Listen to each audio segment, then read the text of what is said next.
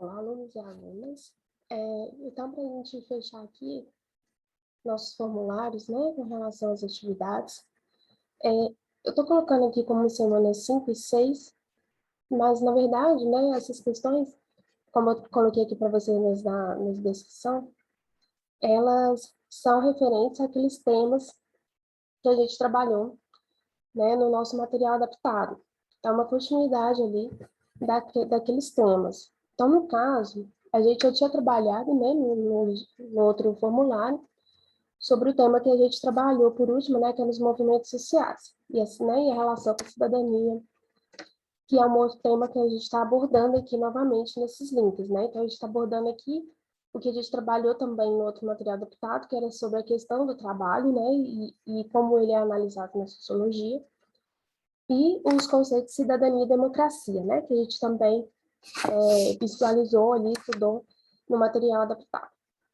Então, aqui no formulário, né, vocês vão ver que na semana 5, primeiro a gente colocou aqui, né, eu deixei aqui para vocês, que o nosso tema foi sobre o trabalho, né? Então, nesse tema aqui do trabalho, a gente coloquei aqui duas questões. Uma, utilizando os autores que a gente trabalhou lá também no material adaptado rapidamente, né? Que é o Karl Marx e o outro é o Adam Smith, né? Os dois, né, são diferentes um do outro em relação à corrente de pensamento, tá? A como eles enxergam ali qual seria o papel do trabalho no capitalismo, tá?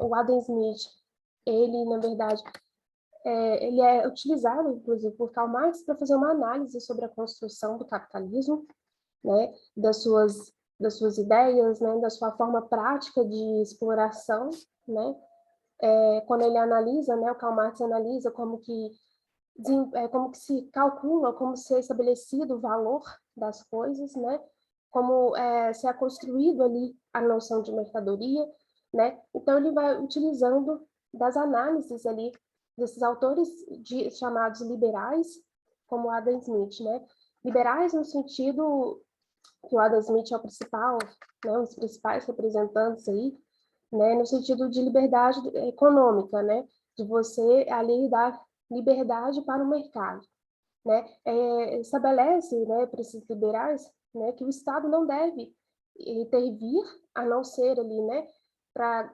garantir condições ali à população para que ela possa se dedicar ao trabalho e aqueles que têm condições de investir capital para investir possam investir livremente, né, sem muitos sobrecargos ou intervenção do Estado, né, na sua produtividade, né, na sua possibilidade de comprar produtos e vender produtos, né, então eles falam de liberdade nesse sentido, né, nesse aspecto econômico, e cria essa noção de que a própria regulação dos preços, né, se eles abaixam, se eles diminuem, né, a regulação também dos salários, né, se eles vão ser valorizados ou não, né, aí depende, para esses liberais também, né, da questão do mercado, dessa liberdade que o mercado tem, né, porque aí tudo vai depender da condição, como que está funcionando ali a principal lei ali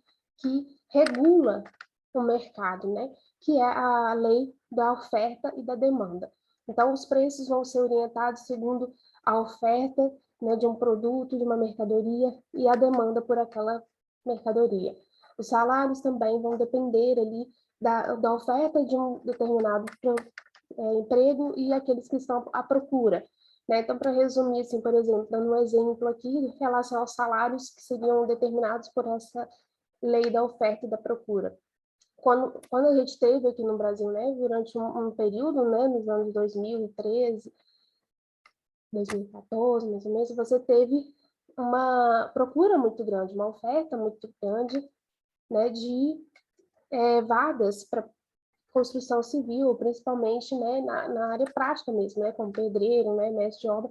Então, você teve um período ali positivo, né, porque você teve aumento de salário, inclusive, né, para pessoas desse setor, que trabalham nesse setor, a maioria, né, são de imigrantes, né, que vêm principalmente no Sudeste, para a região do Sudeste, onde havia muita procura, muita oferta, né, dessa mão de obra que era escassa, né, e que é ocupada, em sua maioria, por muitas pessoas que não fazem parte dessa região do Sudeste, né, vem mais do Nordeste, do Norte. Então, você tinha ali com isso, pelo fato de você ter muita necessidade no mercado, né, de empregos ali, né, de vagas abertas, mas com poucas pessoas para trabalhar, né? Então, você tem uma elevação com isso dos salários, né, que faz com que a procura, né, de pessoas que visem trabalhar nesses setores seja maior, né?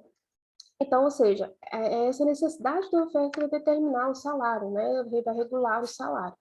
Agora, como a gente vive em crise, por exemplo, a gente pode observar, né, uma desvalorização do salário, né? Porque você já tem ali uma oferta, mas você tem muita demanda, muito mais pessoas procurando emprego, né?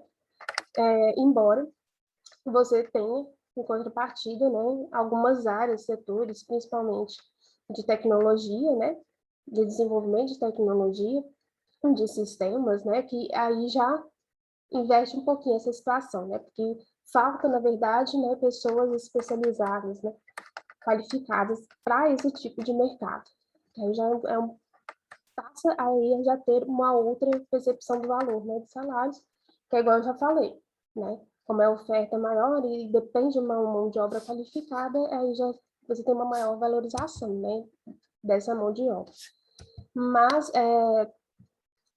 então, essa questão aqui, né, que a gente vai falar, está retratando exatamente esse pensamento que cada um desses autores traz sobre o trabalho, né?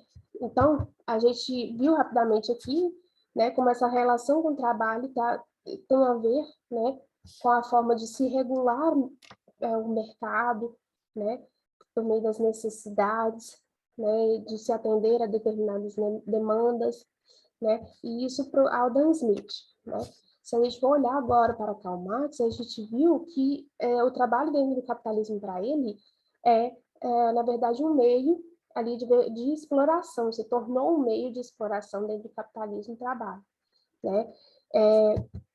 Onde a gente viu que uma das formas de se extrair essa exploração, de executar essa exploração, né, do patrão sobre o empregado, se daria por meio dessa mais-valia, né, que é comentada aqui no texto da questão, né, a mais-valia. Então, ou seja, eu coloquei aqui um texto, né, que está resumindo ali, né, um pouco ali, os principais pontos que caracterizam a mais-valia. Então, vamos ver aqui. Então, está falando que a mais-valia representa disparidade, ou seja, diferença, né, entre o salário pago e o valor produzido pelo trabalho. Daí a gente já está vendo que, de cara, a gente já pode perceber que existe uma diferença entre aquilo que eu produzo por meio do meu trabalho, enquanto, né, operário, enquanto trabalhador, enquanto aquele que está vendendo a minha força de trabalho, né, a fim de adquirir minha sobrevivência por meio de salário, né, e aquilo que de fato eu recebo. Então, há uma diferença, né? Então, eu não vou receber conforme tudo aquilo que eu produzi, certo? Então, aí ele continuando aqui essa explicação da mais-valia, né, foi colocado assim, né, que no sistema capitalista, com o afastamento do trabalhador do seu produto final, ele é incapacitado de medir o valor de seu trabalho, o que, de acordo com Karl Marx, né, possibilita ao capitalista apropriar-se da parte deste valor, né? Então, ou seja, parte desse valor do quê? Daquilo que ele produz, exatamente pelo fato do trabalhador ficar dentro de uma divisão do trabalho em que ele não planeja, em que ele não reconhece, ele não conhece todo o processo produtivo. Ele conhece parte daquele processo produtivo, né, que ele vai desempenhar ali a fim de ter esse retorno do seu salário, né, e que, então, portanto, pelo fato dele não ser, né, não ter um status, né, de maior positividade, de maior reconhecimento dentro dessa cadeia produtiva, por ele não estar ali planejando, né, por ele não ter ali conhecimento de todo o processo de produção, então isso faz com que esse indivíduo, né, se distancie cada vez mais do seu trabalho, porque ele não conhece como se realiza todo aquele processo produtivo, né, para poder produzir aquilo que ele está ali colaborando a produzir, né, ele não tem conhecimento disso, desse processo, e ainda por cima ele não consegue adquirir, muitas das vezes, na maioria das vezes, aquilo que ele mesmo está ajudando a produzir. Então, aí a gente já está deixando bem claro que seria essa mais-valia.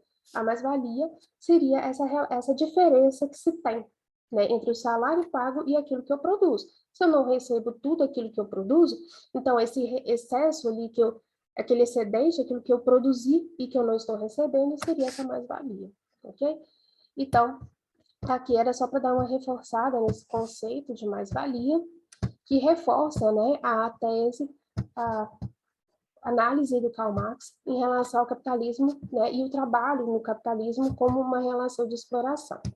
Agora, voltando à questão, né, do nosso autor aqui liberal, né, o Adam Smith, que eu expliquei para vocês, liberal em qual sentido que ele está trazendo ali, né, que tem como principal ali obra a riqueza das nações, né, que exatamente ele vai trabalhar como esse aspecto do acúmulo, né, a criação, né, a formação de uma riqueza no sentido de acumulação mesmo daquilo que é produzido dentro de um país, de uma nação, né, ele se dá pela iniciativa realmente, né, de indivíduos isolados que vão buscar ali, né, por meio das relações de troca, que ele coloca como se são relações ali que se fazem necessárias, né, porque nem tudo eu consigo produzir, então eu sempre vou procurar outro que produz para eu poder trocar com aquele indivíduo, né, aquilo que eu não consigo, não tenho habilidade em produzir.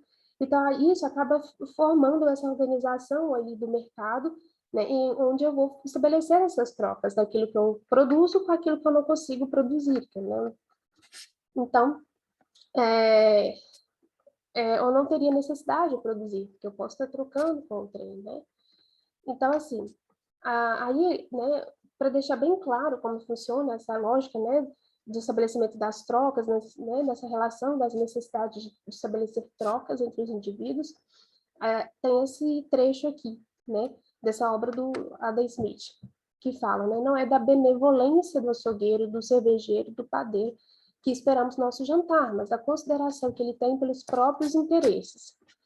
Né? Se a gente pensa essa necessidade de estabelecer trocas, né,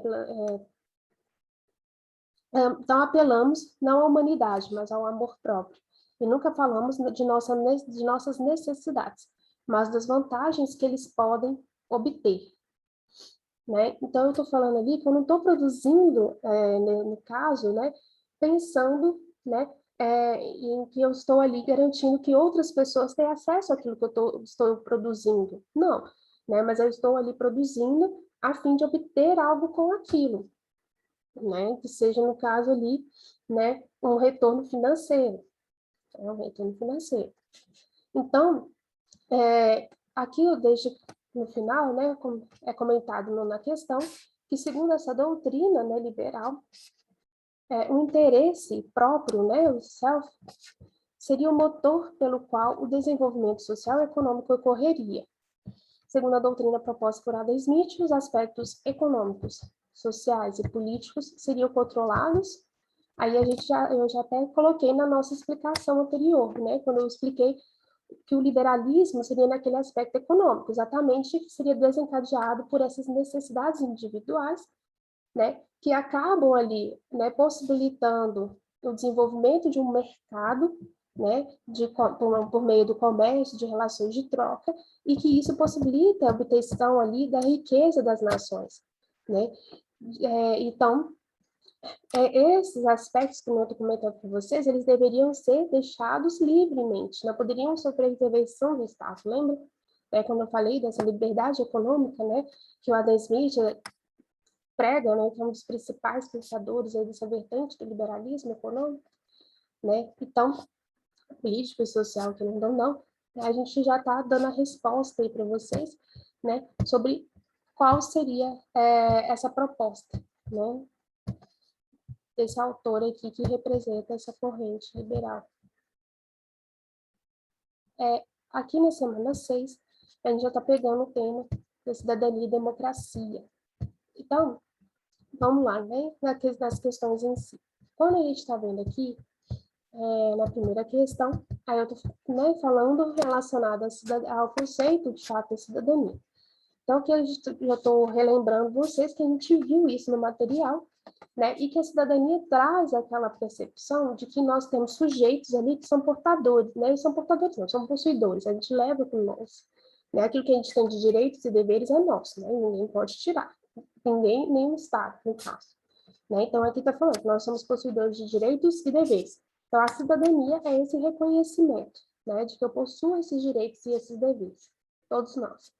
Tá? Assim como a importância da cidadania na formação de uma sociedade democrática, porque é isso que a gente viu no material também, né, que a gente estava colocando ali, né, a importância de se ter ali, de fato, essa democracia, no sentido, né, de poder do povo, e está relacionado com o fato de eu reconhecer ali, né, que os indivíduos possuem direitos, né, sem isso, né, eu não teria reconhecimento ali desse poder, dessa possibilidade e dessa importância ali de se ter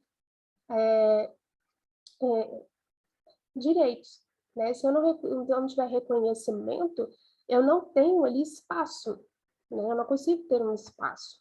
Então, o poder ali é essa possibilidade de eu ter espaços, né? Para eu ter, também colocar as minhas vontades, de eu ter garantia que as minhas vontades também serão consideradas nesse sentido, né? Então, para eu ter reconhecimento dessas minhas necessidades também, eu tenho que ter essa cidadania reconhecida, né? Então, isso implica o quê? De reconhecimento da minha liberdade de ir e vir, do meu pensamento, né? E isso faz parte daquilo que a gente chama de direito civil, de se manifestar e de participar da política, né? Então, isso é o que a gente denomina de direito político, né? Que é o direito também de votar e ser votado, né? Nesse sentido, se manifestar, no caso que a gente está vendo muitas manifestações, né? Protestos às ruas, né? Há um direito, né? E de ter acesso, um direito político, né? E de ter acesso aos recursos e serviços necessários para uma vida digna, né?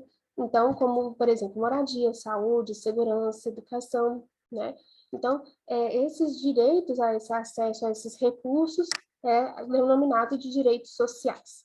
Então, o reconhecimento de todos esses direitos é o que garante, né, tanto que nós estejamos dentro de um sistema democrático, dentro de um regime democrático de governo, assim como também acaba, por conseguinte, né, se eu tenho uma democracia ali, o reconhecimento, então é porque eu tenho cidadãos, eu tenho pessoas ali que têm os seus direitos reconhecidos, né, e que seriam esses direitos que a gente está vendo aqui, o civil, político e o social. Então, aí eu já estou dando a resposta novamente, né, porque está falando exatamente disso, que o que estaria relacionado, então, a essa percepção da cidadania, né, o que garante esses indivíduos, né, a sua cidadania. Então, aqui na segunda questão, né, bem, vocês estão percebendo que eu não estou dando a resposta em si, mas eu estou ajudando vocês a pensarem, né, sobre a resposta que estaria de acordo com o que está sendo trabalhado nas questões. Então, aqui na última questão, novamente, né, a noção de cidadania e democracia está presente. Aqui, no caso, a gente vai perceber, né, isso com o reconhecimento ali do Sistema Único de Saúde, né, o SUS. Então, aqui eu estou falando, né, que a criação do SUS como uma política para todos constitui-se uma das mais importantes conquistas da sociedade brasileira do século XX, né? SUS ali que surge, né, no finalzinho dos anos 70, e que você tem ali, na verdade, uma política pública, né, que a gente chama de universal, né, universalista. Por quê? Exatamente por isso, porque ela é voltada para todos. Ela não é uma política que vai atender ali e vai garantir acesso a um serviço de saúde somente para aqueles que não têm condição de acessar, né? Ele não tem esse critério, né? Ele é de acesso para todos. Ninguém precisa, para ter um serviço do SUS, né, mostrar, provar que tem ali uma baixa renda, né? A gente sabe que não tem isso. Então, por isso a gente fala que é uma política pública universalista, universal. Então, aqui o SUS, né, deve ser valorizado e defendido como um marco para a cidadania, porque é isso, né? Eu estou reconhecendo ali o direito de todos, né? De ter acesso àquilo que eles necessitam. A gente necessita de saúde, né? E o avanço civilizatório. A democracia envolve um modelo, então, de Estado no qual políticas protegem os cidadãos. Aí a gente está voltando àquela outra questão, né? Como que é importante eu estar dentro de um sistema democrático para ter um reconhecimento da cidadania, né? Para ter né, ter um diálogo ali com a cidadania, um reconhecimento, né? Um depende muito do outro, né? Então, aqui a democracia envolve um modelo de Estado no qual políticas protegem os cidadãos e reduzem as desigualdades. O SUS é uma diretriz que fortalece a cidadania e contribui para assegurar o exercício de direitos, o pluralismo político e o bem-estar, como valores de uma sociedade fraterna, né, onde todos cuidam de todos, pluralista, né, onde eu, de fato, reconheço as necessidades de todos, e sem preconceitos, conforme prevê a Constituição Federal. Porque eu estou sempre trazendo, por meio dessas políticas, a ideia de que eu tenho como igualizar as pessoas, embora elas tenham as suas diferenças, né? Por quê? Porque todas têm as mesmas necessidades básicas, né? De ter acesso ali a algo que lhes dê uma vida digna, né? E isso, a saúde envolve isso. Então, que a gente quer chegar aqui, né? Então, segundo esse texto, duas características da concepção da política pública analisada são. Então, aí, novamente, eu já trouxe essa resposta. Então, eu falei que o Sistema Único de Saúde é uma política pública universalista, né? Que abarca todos. Então, portanto, ela prevê ali uma igualdade, né? Ao reconhecer ali que todos possuem os mesmos direitos, as mesmas necessidades, para obter a vida digna, né? O reconhecimento da sua cidadania. Então, aí eu já deixei bem claro a resposta, né? Que está envolvendo ali dois conceitos importantes, né?